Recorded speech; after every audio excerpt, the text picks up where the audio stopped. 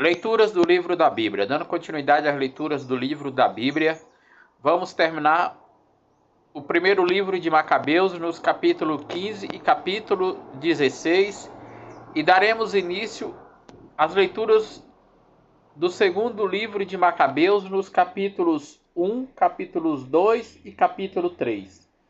Escutemo-nos e lemos juntos neste exato momento. 1 Macabeus 15. Antíoco, filho de Demétrio, escreveu das ilhas do mar a Simão, sacerdote e chefe dos judeus, e a todo o povo. Dizia assim sua carta: o rei Antíoco a Simão, sumo sacerdote e príncipe, e ao povo judeu, saúde. Perversos apoderaram-se do reino de meus pais, mas quero recobrá-lo e restabelecê-lo como foi outrora. Organizei, pois, um poderoso exército e aluguei navios de guerra. E pretendo penetrar no país, para vingar-me daqueles que o devastaram e assolaram inúmeras cidades. Pela presente carta, confirmo-te todas as imunidades conferidas por meus reais predecessores, e todas as dádivas que eles te fizeram. Dou-te a permissão de cunhar uma moeda especial para teu país. Que Jerusalém e os lugares santos gozem de liberdade. Todos os armamentos que mandaste fazer e todas as fortalezas que construíste e que estão em teu poder, podes guardá-las. Que te sejam perdoadas, desde agora e para sempre, as dívidas que deves ou deverás ao tesouro real.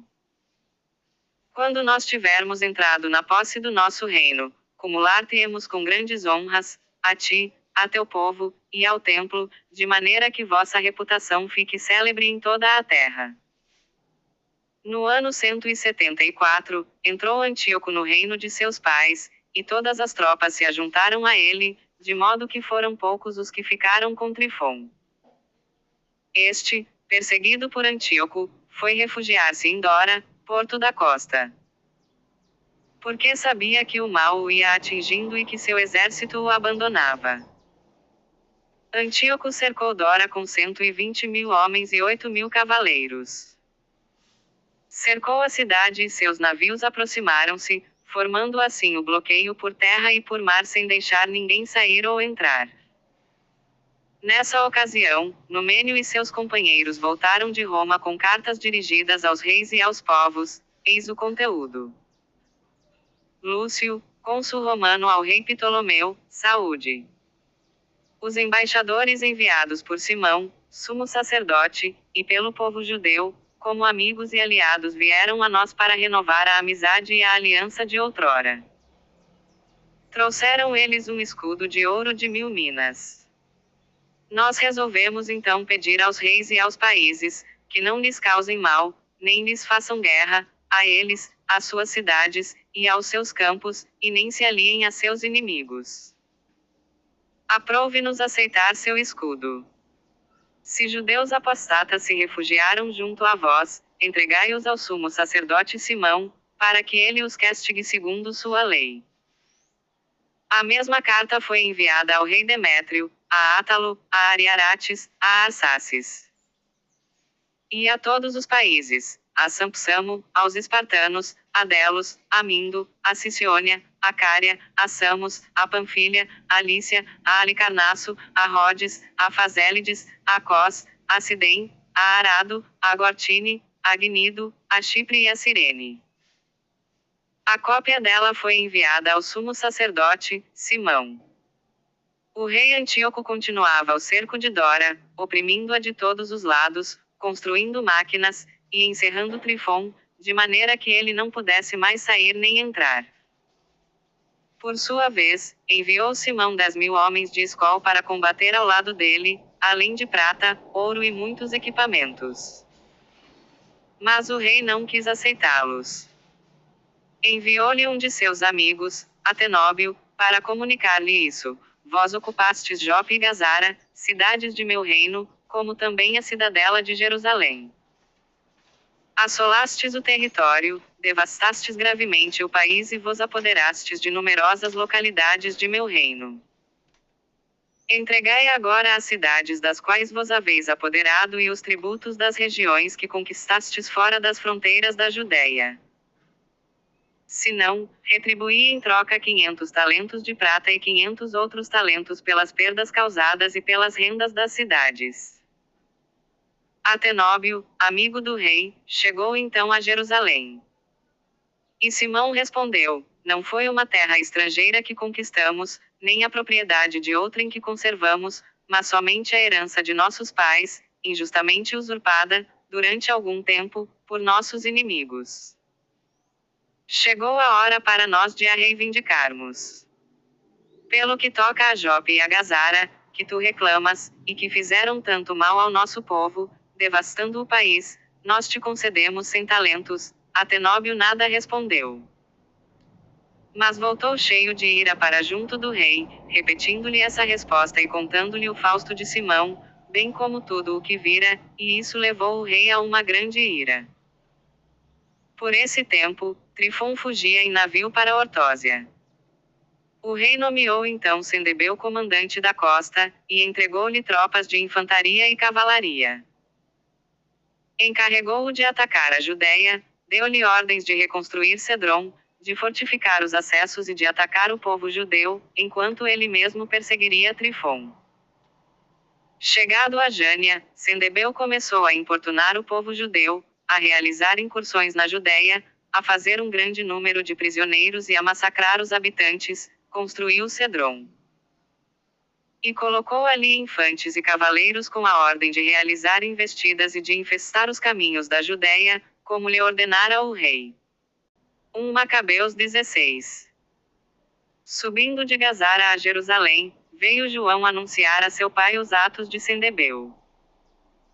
Mandou então Simão vir seus 2 filhos mais velhos, João e Judas, e lhes disse: Eu, meus irmãos e a casa de meu pai temos resistido aos inimigos de Israel desde nossa juventude até o dia de hoje, e, muitas vezes, conseguimos libertar a nação.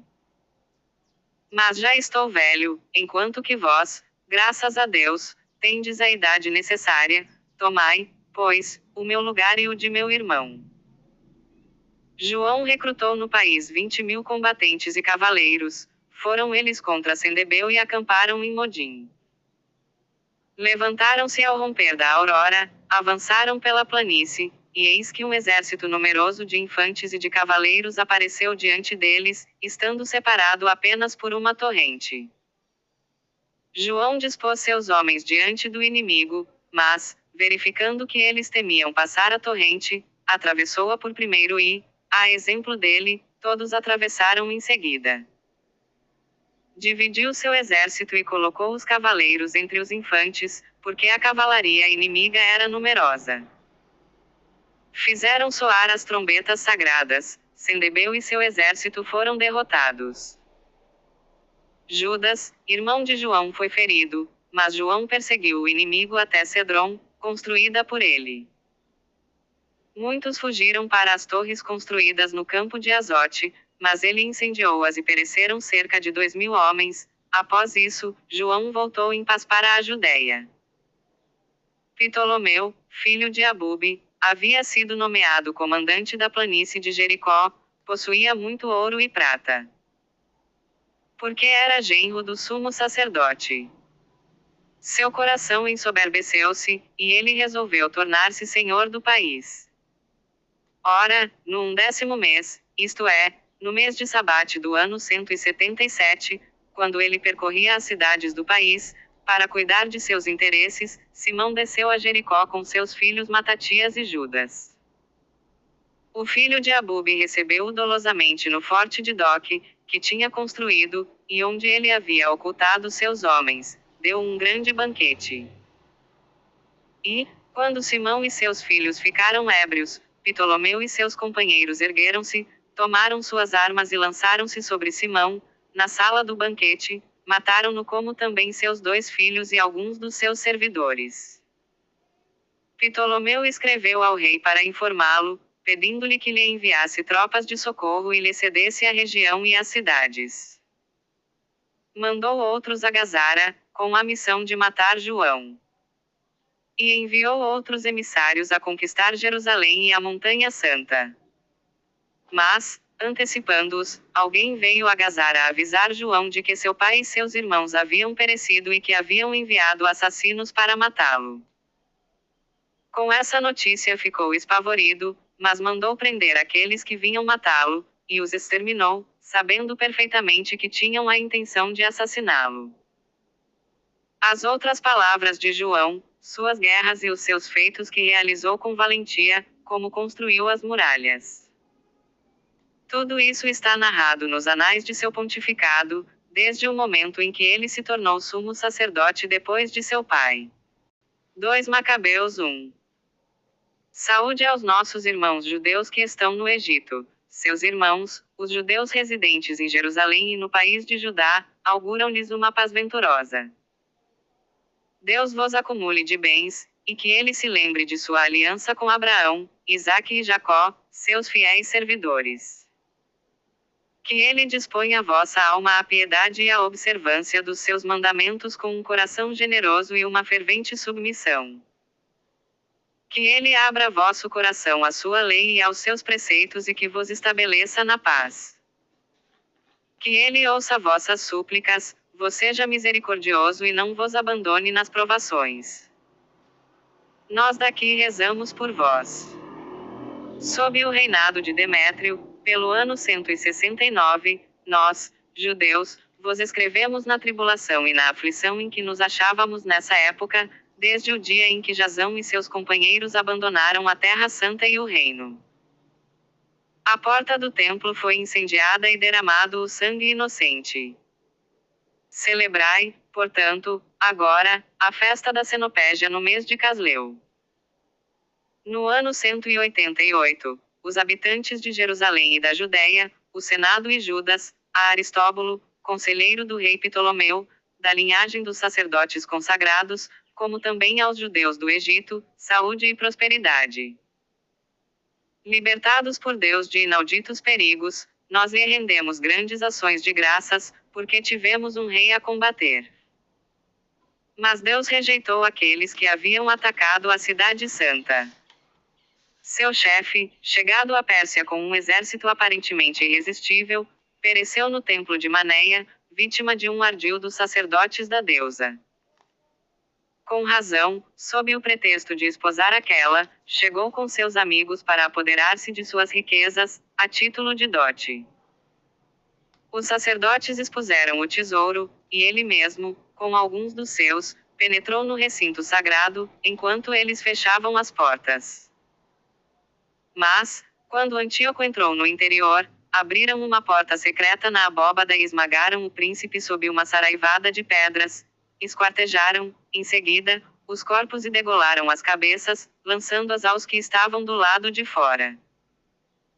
Louvado seja nosso Deus em todas as coisas, porque entregou os ímpios à morte. Em vésperas de celebrarmos, dia 25 de Casleu, a purificação do templo, julgamos oportuno certificar-vos disso, a fim de que vós também celebreis a festa da Cenopégia e a comemoração do fogo que apareceu quando Neemias ofereceu o sacrifício, após ter reconstruído o templo e o altar. Na verdade, quando nossos pais foram levados à Pérsia, os sacerdotes de então, inflamados de piedade, tomaram secretamente o fogo sagrado do altar e o esconderam no fundo de um poço seco, onde eles o ocultaram tão cuidadosamente, que o lugar permaneceu desconhecido de todos. Decorreram muitos anos e, quando aprouve a Deus, Neemias, salvo pelo rei da Pérsia, enviou, para retomar o fogo, os descendentes dos próprios sacerdotes que o haviam ocultado. Ora, segundo a explicação que eles nos deram, não encontraram o fogo, mas um líquido espesso. Neemias ordenou-lhes que o tirassem e o trouxessem. Uma vez preparada a matéria do sacrifício, disse Neemias aos sacerdotes que derramassem a água sobre a madeira e sobre o que estava ali colocado. A ordem foi executada, e veio o momento em que o sol, a princípio encondido, pôs-se a brilhar, então um grande fogo se acendeu e maravilhou todos os espectadores. Enquanto se consumiu o sacrifício, os sacerdotes puseram-se a rezar, e todos rezavam com eles. Eis a oração: Senhor, Senhor, Deus, Criador de todas as coisas, terrível e forte, justo e misericordioso, que sois o Rei único e bom. O único generoso, o único justo, todo-poderoso e eterno, vós que livrastes Israel de todo o mal, que fizestes de nossos pais vossos escolhidos e os santificastes. Aceitai este sacrifício, oferecido por todo o vosso povo de Israel, guardai vossa parte de eleição e santificai-a. Congregai nossos irmãos dispersos, devolvei a liberdade aos que são escravos entre os pagãos, deitai vosso olhar sobre os que são desprezados e abominados, e que as nações saibam que sois nosso Deus. Castigai os que nos oprimem e nos ultrajam com seu orgulho. Plantai, como disse Moisés, vosso povo na vossa terra santa. Os sacerdotes então cantaram os hinos. Quando foi consumido o sacrifício, Neemias mandou que se espalhasse o líquido restante sobre grandes pedras. Depois de feito isso, uma chama cintilou, mas se consumiu, enquanto o fogo que se erguia no altar continuava a brilhar. O acontecimento foi logo divulgado, e contaram ao rei da Pérsia que era no lugar onde os sacerdotes levados ao cativeiro tinham ocultado o fogo sagrado, que havia aparecido a água com a qual Neemias e seus companheiros obtiveram o fogo purificador das oferendas. Ordenou o rei que se murasse o lugar e o considerassem como sagrado, após ter se certificado da exatidão do acontecido. O rei tinha por hábito tomar posse de muitas coisas, das quais dava uma parte a quem ele queria ser agradável. Os companheiros de Neemias chamaram isso de Neftar, que quer dizer purificação, mas a maioria o chama de Neftaí. 2 Macabeus 2. Acha-se escrito nos documentos relativos ao profeta Jeremias, que foi ele quem ordenou aos cativos tomar o fogo, como se acaba de contar. E que o profeta, dando-lhes um exemplar da lei, lhes recomendou não esquecerem os mandamentos do Senhor e não se deixarem seduzir à vista dos ídolos de ouro e prata, ou dos ornamentos dos quais estavam ornados. Conjurou-os, entre outros avisos, a não afastarem a lei de seu coração. O escrito mencionava também como o profeta, pela fé da revelação, havia desejado fazer-se acompanhar pela arca e pelo tabernáculo, quando subisse a montanha que subiu Moisés para contemplar a herança de Deus. No momento em que chegou, descobriu uma vasta caverna, na qual mandou depositar a arca, o tabernáculo e o altar dos perfumes. Alguns daqueles que o haviam acompanhado voltaram para marcar o caminho com sinais, mas não puderam achá-lo. Quando Jeremias soube, repreendeu-os e disse-lhes que esse lugar ficaria desconhecido, até que Deus reunisse seu povo e usasse com ele de misericórdia. Então revelará o Senhor o que ele encerra e aparecerá a glória do Senhor como uma densa nuvem, semelhante à que apareceu sobre Moisés e quando Salomão rezou para que o templo recebesse uma consagração magnífica. Estava também relatado como esse sábio ofereceu o sacrifício da dedicação e da conclusão do santuário.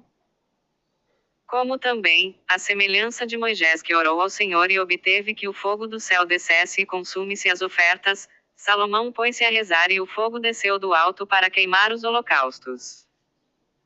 Moisés disse: por não ter sido comido, o sacrifício pelo pecado foi consumido. Também Salomão prolongou por 8 dias a dedicação. Nas relações e nas memórias do tempo de Neemias, contavam-se os mesmos feitos e como também ele formou uma biblioteca, reunindo tudo o que se referia aos reis e aos profetas, as obras de Davi e as cartas dos reis a respeito das ofertas. Do mesmo modo, Judas reuniu todos os livros espalhados pelas guerras que nos sobrevieram, e essa coleção se encontra em nosso poder. Por conseguinte, se tendes necessidade de um desses livros, enviai-nos mensageiros que vô-los levarão. Nós vamos, pois, celebrar a purificação do templo e é por isso que vos escrevemos, seria bom que também celebrasseis essas festas. Foi Deus quem salvou todo o seu povo, e quem deu a todos a herança, o reino, o sacerdócio e a santificação. Como havia prometido pela lei, este Deus, em quem esperamos, sem dúvida terá logo piedade de nós e de toda a terra, reunir-nos-á no solo sagrado, porque já nos livrou de grandes males e purificou o templo. Os acontecimentos efetuados no tempo de Judas Macabeu e de seus irmãos, a purificação do augusto templo e a dedicação do altar. Como também as guerras sustentadas contra Antíoco Epifanes e contra seu filho Eupator.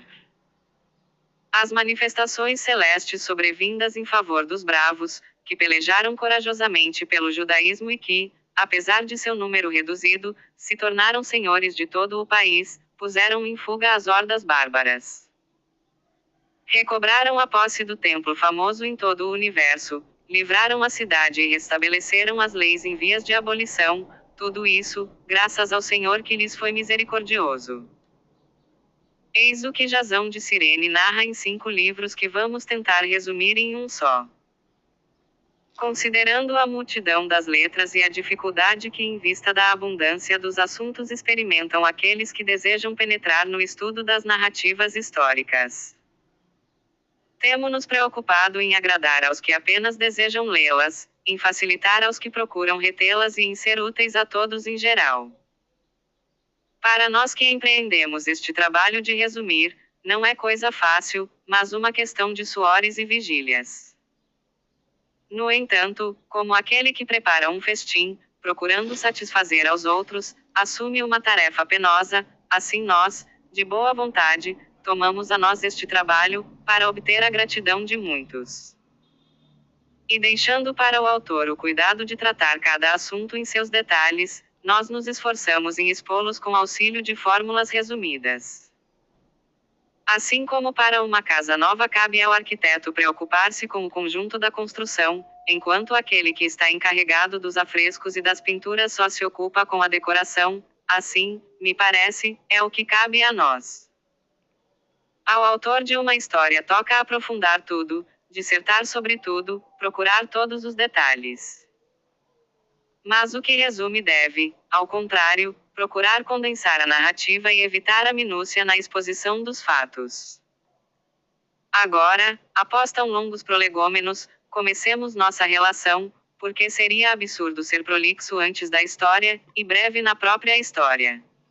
2 Macabeus 3. Enquanto os habitantes de Jerusalém gozavam de uma paz perfeita, por causa da piedade e retidão do sumo sacerdote Onias, na exata observância das leis. O templo era respeitado, mesmo pelos reis estrangeiros, estes honravam o santuário com os mais ricos presentes. A tal ponto que Seleuco, rei da Ásia, subministrava com suas rendas pessoais toda a despesa necessária à liturgia dos sacrifícios. Todavia, certo Simão, da tribo de Belga, nomeado prefeito do templo, entrou em desacordo com o sumo sacerdote quanto à inspeção do mercado público. Como não pudesse vencer Onias, foi procurar Apolônio de Tarsis, então governador militar da Celesíria e da Fenícia. Declarou-lhe que o tesouro do templo transbordava de indizíveis riquezas, a não poder enumerá-las. Tendo uma audiência com o rei, Apolônio o advertiu sobre as riquezas que lhe haviam sido declaradas, e este, tomando uma decisão, enviou seu intendente Heliodoro com a ordem de trazer as ditas riquezas. Imediatamente, Heliodoro pôs-se a caminho, simulando visitas às cidades da Celesíria e da Fenícia. Tendo chegado a Jerusalém e sendo recebido pelo sumo sacerdote da cidade com amabilidade, transmitiu-lhe as revelações recebidas e comunicou-lhe o sentido de sua visita. O sumo sacerdote fez-lhe ver que se tratava do depósito das viúvas e dos órfãos. Que somente um dos depósitos pertencia a Hircano, filho de Tobias, varão muito eminente. Era completamente impossível defraudar os que haviam depositado confiança na santidade do lugar e no caráter sagrado e inviolável do templo venerado no mundo inteiro. Firme nas ordens do rei, Heliodoro respondeu que essas riquezas deveriam ser transportadas absolutamente para o tesouro real. E, num dia por ele fixado, entrou com a intenção de organizar o inventário. A partir dessa hora, uma grande inquietude se espalhou pela cidade toda. Revestidos de suas vestes sacerdotais e prostrados diante do altar, os sacerdotes suplicavam ao céu e imploravam ao autor da lei acerca dos depósitos, rogando-lhe que os conservasse intactos para aqueles que lhe os tinham confiado. Já o aspecto do sumo sacerdote causava pena ver, do mesmo modo seu semblante. O susto que o havia tolhido agitava seu corpo com um tremor, que mostrava o sofrimento íntimo de sua alma. Diante da profanação que ameaçava o templo, o povo se precipitava em multidão para fora das casas, a fim de se ajuntarem à prece comum. As mulheres cingidas com sacos pela altura dos seios enchiam as ruas, enquanto as jovens, retidas nas casas, corriam umas para as portas, outras para as muralhas, outras ainda se debruçavam nas janelas. Todas erguiam as mãos para o céu com gritos de súplica. Causava dó observar toda a confusão desse povo abatido e a angústia em que jazia o sumo sacerdote. Enquanto suplicavam assim a proteção do Todo-Poderoso para que conservasse invioláveis os depósitos que lhes haviam sido confiados, Eliodoro executava o seu intento. Já se achava ali, com seus homens armados, quando o Senhor dos Espíritos e soberano detentor de todo o poder suscitou uma tal aparição que todos os que haviam ousado vir ali desfaleceram de espanto, atingidos de pavor ante a majestade de Deus. Viram eles, montado num cavalo ricamente ajaezado e guiado furiosamente, um cavaleiro de terrível aspecto, que lançava em Eliodoro as patas dianteiras do cavalo, o que vinha nele montado parecia ter uma armadura de ouro. Ao mesmo tempo, apareceram-lhe outros 2 jovens, cheios de força extraordinária, fulgurantes de luz, ricamente vestidos. Atirado logo por terra, Eliodoro foi envolvido por espessas trevas. E ele, que vinha para penetrar no mencionado tesouro com uma escolta numerosa e guardas pessoais, incapaz de se ajudar a si mesmo, foi levado por pessoas que reconheciam o manifesto poder de Deus. Enquanto ele se achava estendido e ferido pela força de Deus, sem fala e sem esperança alguma de salvação, os habitantes de Jerusalém bendiziam o Senhor que havia glorificado seu templo, o santuário, que pouco antes estava cheio de confusão e de tumulto, logo que o Senhor manifestou sua onipotência encheu-se de regozijo e de alegria. Todavia, alguns dos companheiros de Eliodoro suplicavam logo a Onias que rezasse ao Todo-Poderoso, para restituir-lhe a vida, prestes, na verdade, a apagar-se. Receando que o rei suspeitasse de que os judeus houvessem organizado um atentado contra Eliodoro, o sumo sacerdote ofereceu um sacrifício por ele. Ora, enquanto o pontífice executava a cerimônia expiatória, os mesmos jovens apareceram a Eliodoro, revestidos das mesmas vestes, achegaram-se a ele e disseram-lhe: "Sê reconhecido ao sumo sacerdote, porque é por causa dele que Deus te dá a vida. Proclama diante de todo o seu grande poder, tu que foste açoitado por Deus." Ditas estas palavras, desapareceram. Após ter oferecido um sacrifício ao Senhor, erguido abundantes preces ao que lhe havia poupado a vida, e agradecido a Onias, Eliodoro regressou com suas tropas para junto do rei. Testemunhava, diante de todos, os prodígios operados pelo grande Deus, aos seus olhos. E, como o rei lhe perguntasse que homem julgava ele que pudesse enviar ainda uma vez a Jerusalém, respondeu: "Se tens algum inimigo, ou alguém que maquina contra ti, envia-o para lá, e encontrá-lo-as ferido, se ainda viver, porque há verdadeiramente, naquele lugar, uma força divina. O que habita no céu zela por aquele templo, protege-o e arruína mortalmente os que aí vêm com más intenções." Foi assim que se passaram estas coisas a respeito de Eliodoro e do tesouro sagrado que foi protegido. Amanhã, dando continuidade às leituras do livro da Bíblia, no segundo livro de Macabeus, nos capítulos 4, capítulo 5, capítulo 6, capítulo 7 e capítulo 8. Paz e bênçãos a todos.